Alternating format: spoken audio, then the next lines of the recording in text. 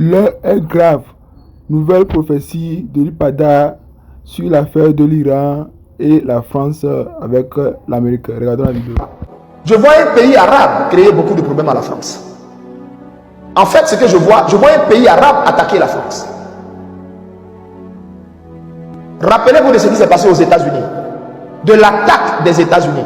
Je vois un pays arabe attaquer la France, mais mortellement même. Je vois un pays arabe attaquer la France. Clairement, écrivez ce que je viens de vous dire. Écrivez ce que je viens de vous dire. C'est comme si je vois une saison, je vois comme la France va entrer dans une saison de jugement.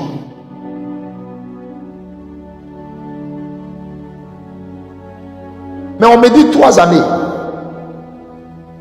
On me parle de 3 années. On me parle de 3 années. Mais la France va entrer dans une période. Écoutez, je récapitule pour que vous compreniez comment ça va commencer. Je vois un changement de pouvoir en France. Maintenant, c'est comme si je vois jusqu'en fin d'année, le temps que le changement de pouvoir s'asseye. Et je ne sais pas qu'est-ce que ce changement de pouvoir provoque. Et en fait, je ne sais pas qu'est-ce que ce changement de pouvoir provoque. Mais je vois un enchaînement de grèves, de manifestations. Et par la suite, je ne comprends pas. Mais je vois comme l'économie interne de la France prendre un coup, un véritable coup.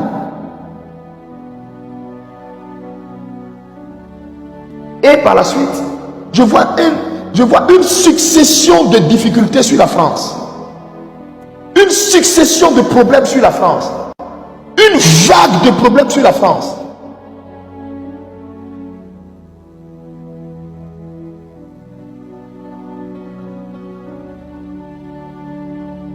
Merci Seigneur. Merci Seigneur. Regardez. Merci Seigneur. Oh God. Merci Seigneur. J'entends dans mon esprit, on me parle d'un été meurtrier. J'ai dit quoi? Je vous entends pas? J'ai dit quoi? J'entends dans mon esprit, on me parle d'un été meurtrier sur la France. C'est comme si je vois un été. Il va laisser beaucoup de morts. Je vois un été, mais la chaleur de cet été-là, va tuer beaucoup de personnes. Ça va faire beaucoup de dégâts. C'est comme si on aura l'impression que le soleil est au-dessus de la tête des gens. Je vois beaucoup de morts. Ça va faire beaucoup. Ce que je vous dis là, notez. Notez. C'est après ça, c'est après ce que je suis en train de vous dire là, après l'été meurtrier, je vois un pays arabe attaquer la France. Mais attaquer la France à son cœur. Je vois un pays arabe attaquer la France.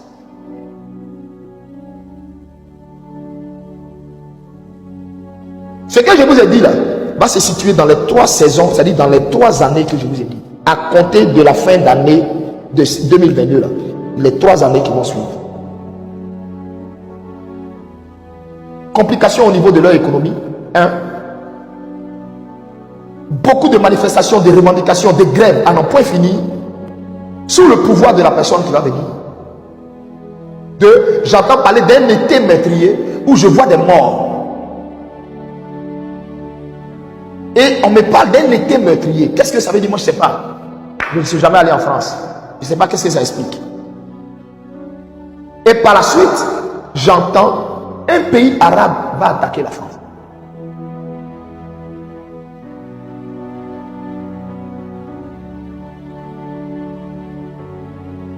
C'est comme si je vois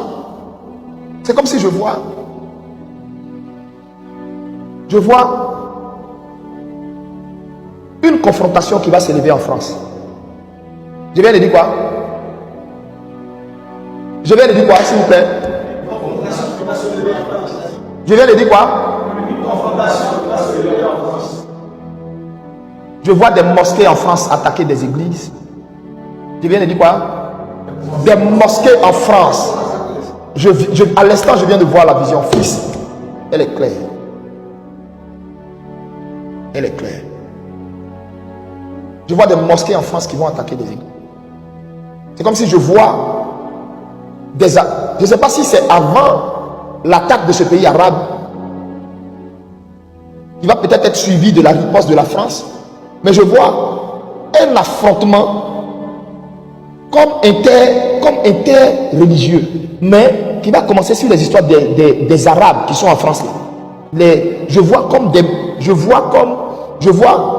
des Arabes. Je vois comme des Arabes. Je répète, je vois comme des Arabes.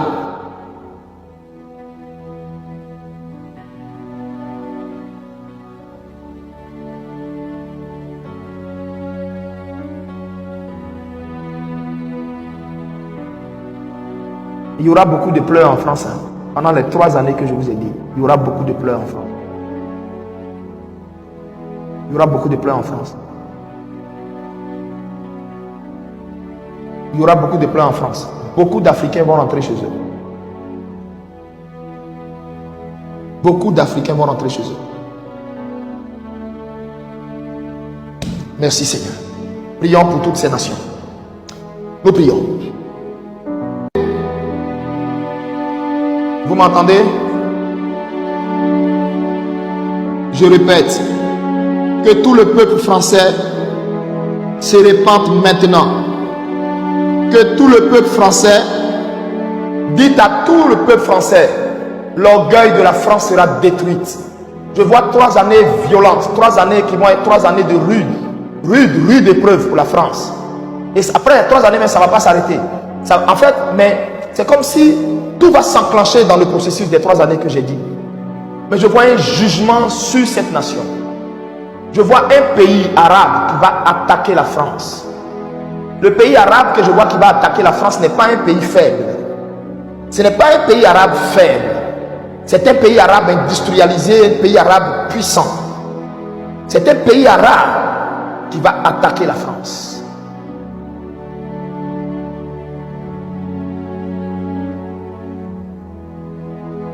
Ce qui fait l'orgueil et la fierté de la France va être détruit. Cela va être détruit. Je suis en train de voir comme la tour Eiffel tomber de son haut jusqu'en bas. J'ai dit tomber de son haut jusqu'en bas et je vois ça fait plein de victimes. Je vois plein de victimes. Vous savez de combien je parle? Vous savez de combien je parle? Je suis en train de vous parler de plus de 2 à 3 000 victimes. En un seul jour, de plusieurs nations. Je vois plusieurs nations.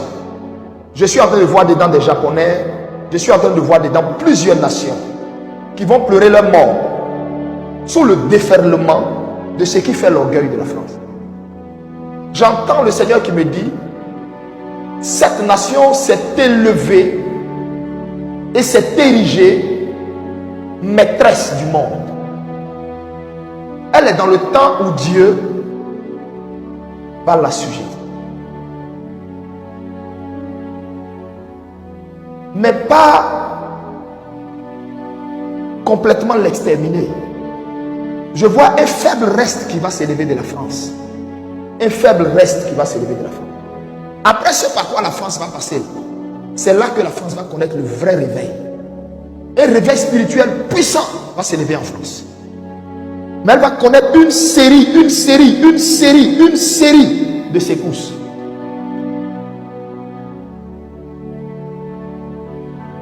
À cause de tout le tort qu'elle a fait aux autres. Que celui qui a des oreilles entende. Que celui qui a des oreilles entende. L'Iran va donner du fil à retour du monde. Les gens vont réfléchir sur le cas iranien. La cruauté de l'homme. Moi, je pense que tous les pays africains devraient se retirer de l'ONU, l'Organisation des Nations Unies. Moi, je souhaite que tous les pays africains dignes de ce nom se retirent de l'ONU. Ça ne sert à rien. Et aujourd'hui, cette guerre en Iran interpelle tous les pays du monde, notamment nous, les pays du ce qu'on appelle maintenant, on ne dit plus les pays du tiers-monde, vous voyez, mais on dit le sud global. On ne dit plus les pays du tiers-monde. Merci beaucoup, merci beaucoup. Alors, j'ai écouté les propos blessants, choquants, inhumains, dégradants, immoraux des deux ambassadeurs, celui, les trois autant pour moi, celui des États-Unis, d'Israël, qui justifie ce massacre. Et ce qui m'a choqué, le représentant américain dit la paix par la force. Allez-y réfléchir. Quand vous écoutez le guide malien, là, enfin, ça c'est pas un guide, le comédien là qui est chez les Algériens, là, je sais pas, le gars là, le prêcheur malien, là, moi j'ai pas envie de dire son nom. Vous connaissez son nom, je vais pas dire le nom de quelqu'un ici, qui dit Assimi perd son temps à acheter des armes. Les États-Unis disent la paix par la force. La France dit, pour être respecté, il faut avoir des muscles. Pour avoir des muscles, il faut avoir une puissance, une armée puissante. Où sont les chefs d'État africains, notamment de la CEDEAO? Vous qui dites blablabla, vous voyez, quand vous menez le bon et le juste combat, et que vous êtes attaqué, restez calme. Le moment viendra où l'Éternel fera votre combat. On nous a accusés de tout au sein de l'AES. Aujourd'hui, si l'Iran était faible, on serait en train de vivre le cas du Venezuela. Les propos du général Tiani, venir au sein de l'AES nous attaquer ne sera pas une promenade de santé.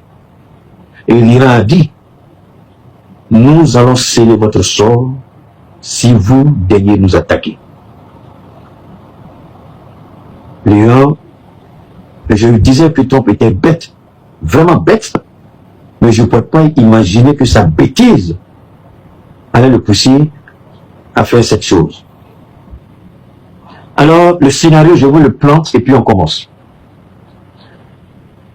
Dans les calculs de la CIA, de la NSA, du Mossad, ils ont donné un chiffre au président américain. Mais je m'arrête là d'abord. C'est là, toi, Christine, ma chérie, comment vas-tu? Je m'arrête là. Depuis 2012, le plus satanique de tous les satans,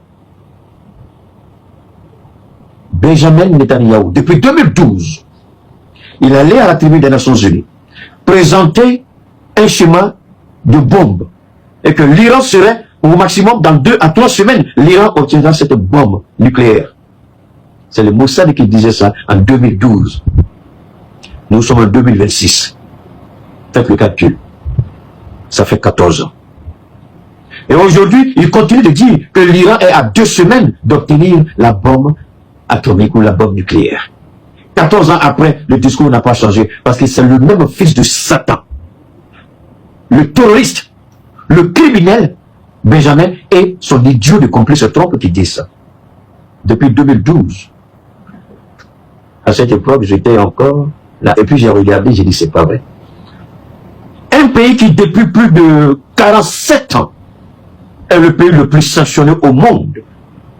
Ceux qu'on présente comme 2 grandes puissances militaires dans le monde se mettent ensemble et sont incapables de les battre. Il faut commettre un assassinat. Voyez-vous, détestez-nous, haïssez-nous. Nous sommes détenteurs de cette vérité dont Dieu nous a fait grâce. Et je remercie le président Goïta, je remercie le président Ibrahim Traoré, je remercie le président Tiani, Abdraman Tiani, pour leur vision éclairée, leur détermination sans faille, leur engagement patriotique de veiller à ce que nous ayons les armes nécessaires pour proclamer notre puissance, notre autorité et vivre décemment. Seule la force respecte la force. Si la France continue d'amasser ses troupes aux portes de nos pays, nous sommes en train de suivre, comprendre des leçons auprès de l'Iran. La France et l'Angleterre s'associent maintenant aux États-Unis et à Israël contre un seul pays. Sont-ils réellement forts ou le flatteur vit aux dépens de celui qui le croit? Ils nous ont berné, ils nous ont menti. On ne dit pas qu'ils n'ont pas une puissance de feu, mais ils ne sont pas ce qu'ils prétendent être. Ils ont une capacité militaire, c'est vrai, mais ils ne sont pas ce qu'ils veulent qu'on croit qu'ils sont. Sinon, un seul jour aurait suffi pour sceller le sort de l'Iran, un pays sanctionné. Est-ce qu'on peut connaître même le nombre de sanctions même sur l'Iran pendant 47 ans? Quelles sanctions l'Iran n'a pas subi? Et c'est ce pays-là aujourd'hui, vous êtes incapable. C'est ce pays-là qui frappe vos bases militaires, qui détruisent vos installations. Mais aujourd'hui, Donald Trump, attendez, vous savez ce qu'on appelle aftermath en anglais, ça veut dire quoi? C'est-à-dire que quand tout ça va finir, il faut faire le point. Qu'est-ce qu'on a perdu? Qu'est-ce qu'on a réalisé? Déjà, il y a une installation américaine, ce qu'on appelle la 5e flotte navale, avec des radars de surveillance, le centre de commande de toutes les opérations là-bas. Le Fatah est allé régler le compte de ces radars-là et a rendu l'installation inutilisable. Quand ils vont faire le point des pertes réalisées. Alors, que fait l'Iran? Beaucoup, on parle de l'Iran a frappé Israël, l'Iran a frappé le Qatar, l'Iran a frappé l'Arabie Saoudite, l'Iran a frappé le Koweït, l'Iran a frappé les Émirats Arabes Unis, l'Iran a frappé Dubaï. Mais moi, je me posais une seule question. Pourquoi l'Iran faisait ça? Et j'ai cherché la réponse. Je vais sur les forums africains, je n'apprends rien. J'ai dit non, ça vaut rien ça. Il y a des gens qui vont sortir 20 fois dans la journée, mais vous n'allez rien apprendre. Je vais regarder sur les chaînes de télévision occidentales, zéro. J'ai dit d'accord, je vais aller voir les podcasts aux États-Unis. Je vais regarder les podcasts. Ils disent pas tout, mais quand j'écoute 3, 4, 5 podcasts anglais, américains, je veux dire, et que je mets les éléments ensemble, je vois tout de façon claire et nette. Alors, que veut faire l'Iran? Est-ce que militairement l'Iran peut avec les États-Unis? Ce sera compliqué. Ce sera difficile pour l'Iran, mais l'Amérique ne pourra pas, l'Iran ne pourra pas. Ce sera compliqué. Mais que veut faire l'Iran? C'est là que vous et moi devez se poser la question. Pourquoi frapper les pays du Golfe? Ils ont dit, vous hébergez, vous allez tous répondre. Oui, parce qu'ils hébergent des bases militaires américaines, donc ce sont des points logistiques légitimes. Ça, ce sont les raisons que l'Iran a avancées. Mais la raison que l'Iran n'a pas avancé derrière les cibles légitimes, c'est ce que je vais vous développer. Ces pays-là constituent le poumon économique des États-Unis. Vous avez bien compris. Ces pays constituent la fierté des États-Unis, puisque tous ces pays ont signé des deals avec les États-Unis. Il faut nous protéger, on te donne tel ou tel endroit, il faut installer ta base là-bas. Et nous, on fait nos business, il n'y a pas de problème. En frappant les raffineries du Golfe, en frappant les champs pétroliers du Golfe, vous axifiez autant pour moi, vous étranglez l'économie américaine. Il faut que les Américains sentent la douleur de la guerre quand ils vont dans les supermarchés, quand ils vont prendre leur carburant, frappent ces pays-là, perturbent le marché énergétique, les Américains vont parler tout de suite. J'ai regardé, j'ai réfléchi, j'ai dit, c'est pas vrai. Ça, c'est ce qu'on appelle masterpiece. Ça, c'est vraiment un plan de génie. Pourquoi l'Iran se concentrerait-elle en dehors des bases militaires américaines? Pourquoi l'Iran va frapper les champs pétroliers? Pourquoi les milices liées à l'Iran vont frapper les champs pétroliers? Pour perturber le marché mondial. Vous touchez à l'énergie, vous dérivez tout de suite le système dans le monde. Et c'est ce que l'Iran a commencé à faire. Voilà pourquoi Trump est rentré dans tous ces États. Rapidement, il a proposé un cessez-le-feu. L'Iran a refusé. Il voulait une capitulation. Je viens sur le chat d'Iran. Pour le moment, je plante le décor. Je n'ai pas encore commencé le direct. Je plante le décor. D'accord? Comme vous connaissez, voilà. Je prends le temps pour vous expliquer. Vous avez entendu tellement de tout. Beaucoup sont dans l'émotion. Mais les éléments essentiels, vous ne les avez pas. Parce que les gens ne prennent pas le temps de décortiquer. Chacun me bro, il a dit un article de presse, bro, il vient les 5 minutes, 2 minutes, il est parti. Vous n'avez pas besoin de ça. Vous avez besoin de vous asseoir et votre argent, il faut que vous sachiez que l'argent que j'ai pris pour mettre dans le forfait, là, quand j'ai écouté Keïta, je ne regrette pas d'avoir acheté tout ce forfait parce que lui, il parle en 2 heures de temps. Alors, l'Iran commence d'abord à frapper le nerf de la guerre, c'est-à-dire les champs pétroliers, perturber la distribution énergétique pour que le monde entier sache qu'il y a quelque chose qui se passe. Et le monde a commencé à vaciller. Les marchés ont commencé à trembler. Les bourses ont commencé à spéculer. Et ça, c'est pas bon pour les Américains. Les Américains n'aiment pas ça du tout. Premier élément. Deuxième élément. On va revenir, ça c'est le bœuf d'abord. On revient en Israël. Que s'est-il passé avec la mort du guide suprême? Le Mossad, la CIA, la NSA ont travaillé en pistant des éléments clés du régime. Ils ont eu l'information pour vous permettre de comprendre cette situation. Je vais vous ramener rapidement ici. Vous allez voir, je vais vous ramener en chose pour que vous puissiez comprendre. Permettez-moi de vous amener ici. Oh là là. Il y a nous pas bon. Vous avez entendu. Dans moi, je vais vous montrer ce qui est important et fondamental pour moi. Il y a des parties qui vous intéressent. Je reviens. Partagez, je vous en prie, pour ceux qui ne sont pas encore ceux qui ne sont pas connectés. Partagez, je vous en prie. Ok. Ok. Ok. Je m'arrête ici d'abord. J'espère que les terroristes qui sont dans le Sahel m'entendent. Si vous êtes réellement terroriste et que vous dites que ce que vous faites c'est le djihad, on vient de tuer le guide suprême de la République islamique d'Iran. C'est aux terroristes que je parle maintenant. L'AES n'est plus votre cible prioritaire. Ceux qui vous engagent à tuer vos frères que nous sommes viennent de montrer leur vrai visage. Je demande aux terroristes, retournez vos armes contre ceux qui vous financent, ceux qui vous informent, ceux qui vous renseignent. Commencez par attaquer les troupes françaises qui sont stationnées et au Nigeria et au Bénin. Faites tout, remontez en Europe, allez faire votre djihad là-bas. Parce que l'Iran a lancé la fatwa, l'Iran a lancé le djihad contre les États-Unis, contre Israël. Si vous êtes vraiment des terroristes, vous prétendez vous battre pour la cause de Allah, alors l'Iran vient de vous appeler. L'AES n'est pas votre priorité. C'est Israël et les États-Unis. Déposez les armes ici et puis remontez en Europe. Allez poser la question à Emmanuel Macron en posant des bombes, en attaquant la France pour lui dire pourquoi vous appuyez les Américains. Nous, on n'est plus. Retournez vos armes contre ceux qui vous envoient contre nous. C'est aux terroristes que je parle. Vous m'écoutez? Vous savez que je parle. Je ne vais pas dire en bambara, je ne parle pas pour là, je m'en fous. Demandez à des gens pour vous expliquer ce que je dis. Retournez vos armes contre la France. Attaquez les troupes françaises qui sont installées et au Bénin et au Nigeria. L'Iran vient de lancer le djihad. Nous ne sommes plus cette priorité-là. Allez-y, si vraiment vous voulez être des martyrs, allez là-bas. Allez, mourrez pour la bonne cause. Si vraiment vous voulez cette bonne cause. Si vraiment vous battez pour l'islam. Un guide suprême vient d'être tué. Vous faites quoi dans le Sahel? Le Sahel n'est plus votre place. Ceux qui vous envoient contre nous, là, retournez vos armes contre eux. C'est le message que je voulais envoyer aux terroristes. Comme vous m'écoutez souvent, ne soyez pas des idiots. Cette France-là, vous avez entendu la gueule pourrie de leur président de PD qui a parlé? Qu'est-ce que vous attendez? Ils envoient le porte-avions, le seul porte-avions qu'ils ont, ils font la grande gueule avec. Un missile outil va frapper, ça c'est fini. Chaque de Gaulle là, aussi vieux que ton papa Emmanuel Macron, porte-avions, ils vont couler ça cette année. Il faut envoyer. L'Iran, ça ne bouge pas. Allez en France et puis en Angleterre, c'est eux qui disent qu'ils vont soutenir les États-Unis et Israël. Non, les terroristes là, quittez le Sahel, allez en France et allez en Angleterre. Allez faire votre djihad là-bas. Allez attaquer ceux qui sont là-bas. Nous, on n'est plus votre problème. Nous, on ne vous pose pas de problème. Ceux qui vous posent problème, ils sont là-bas. Si vraiment vous battez pour la vérité, regardez ce qui se passe du côté de l'Iran. Alors, on va écouter ça.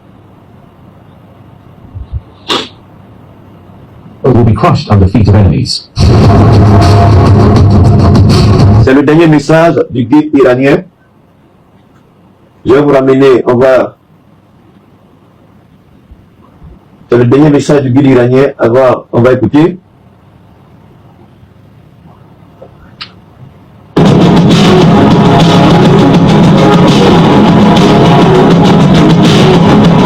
On va écouter le guide iranien.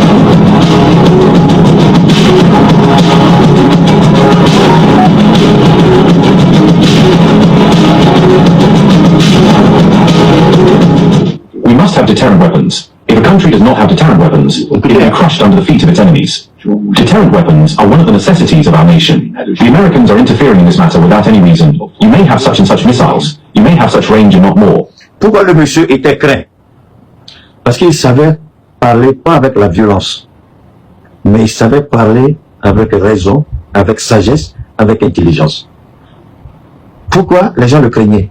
Parce qu'il était respecté. Alors, on a cru qu'en s'attaquant à lui, on va affaiblir le pouvoir iranien. Rappelez-vous, je vous ai dit, la succession constitutionnelle en Iran a été réglée sur les 5, 10, 15 prochaines générations à venir. Après, on l'a tué. Son fils est celui qui sont en train de préparer pour être le prochain un guide spirituel de l'Iran. Les ministres et hauts responsables de la garde république et de la garde, pardon, de la révolution qui ont été tués, et tous ont été remplacés immédiatement, moins de 24 heures. Les gens n'ont pas compris quelque chose de fondamental en Iran. Quand vous êtes dans une société matérialiste, quand vous êtes dans une société où vous êtes motivé par le gain, par le matériel, par l'argent, c'est vrai, ce régime-là aurait pu tomber.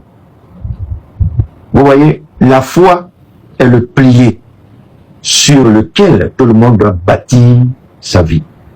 C'est pourquoi il y a un passage important de la Bible qui dit: la pierre rejetée est devenue la pierre de la fondation solide. La foi. Le Coran reprend ça de façon magistrale.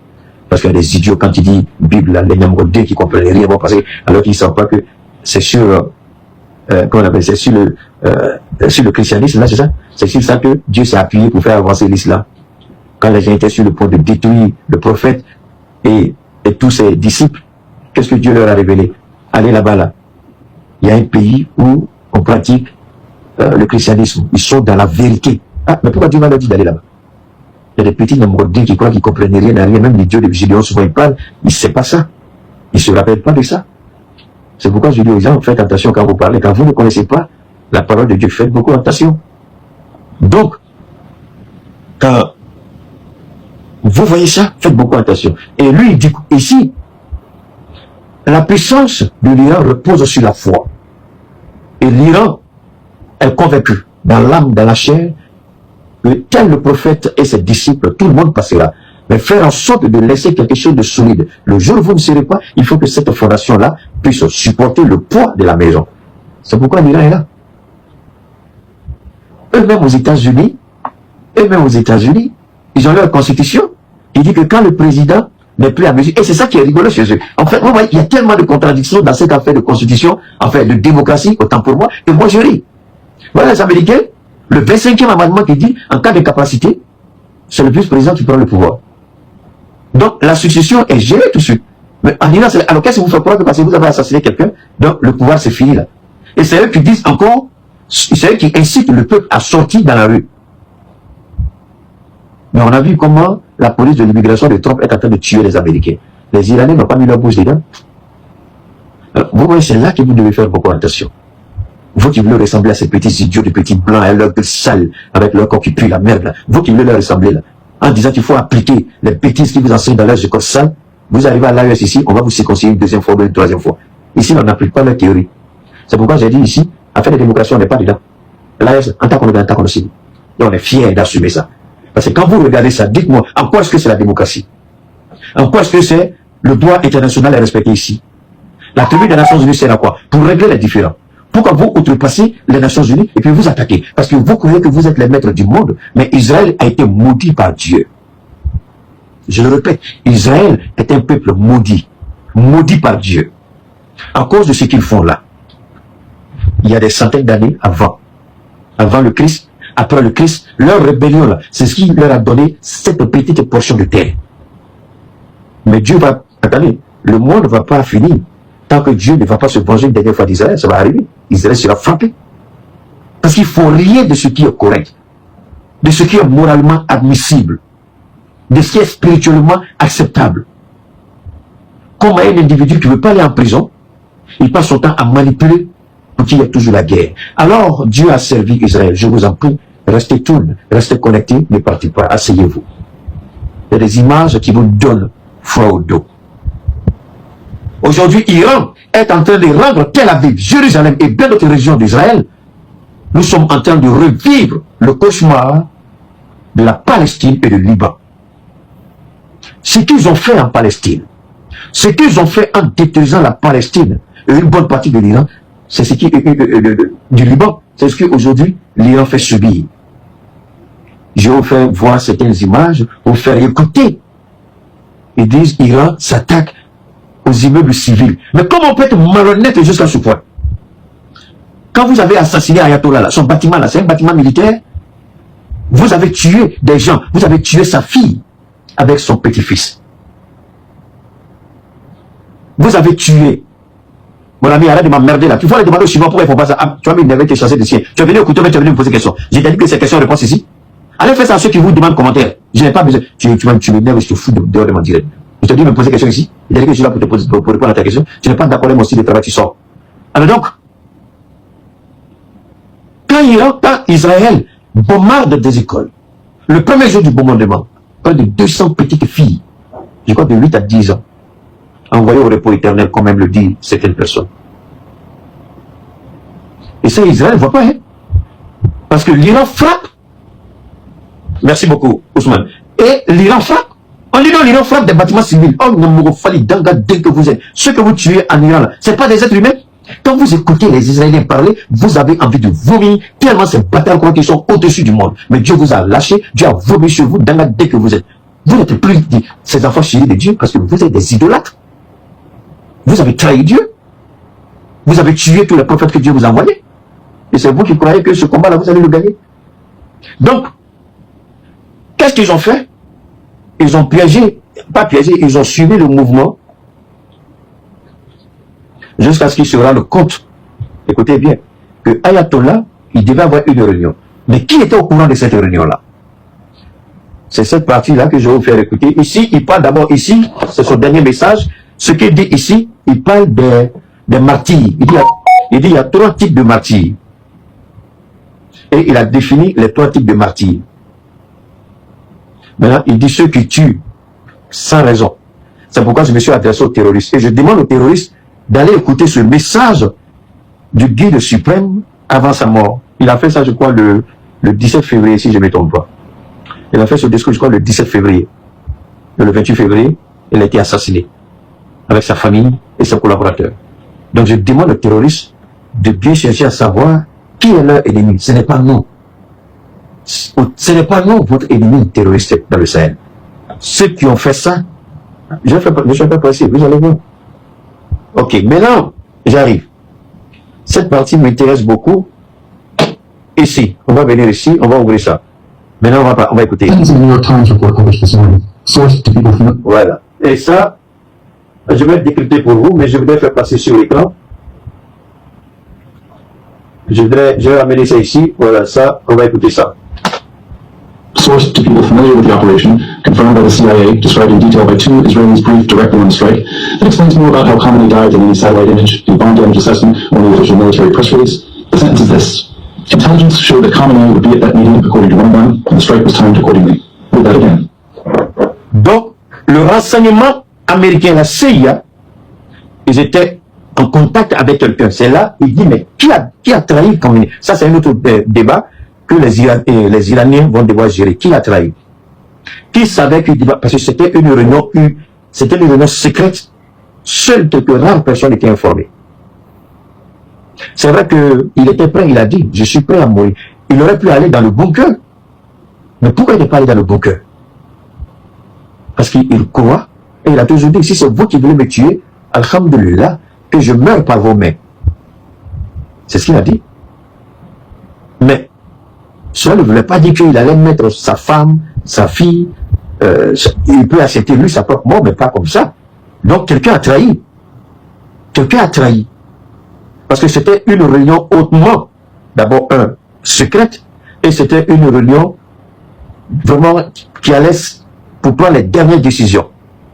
Et ils ont fait remonter l'information tout de suite. Et rappelez, les mêmes informations tout de suite, les Américains ont travaillé là-dessus. Il y a longtemps, les Américains voulaient frapper la résidence d'Ayatollah. Il y a longtemps, ils le traquaient.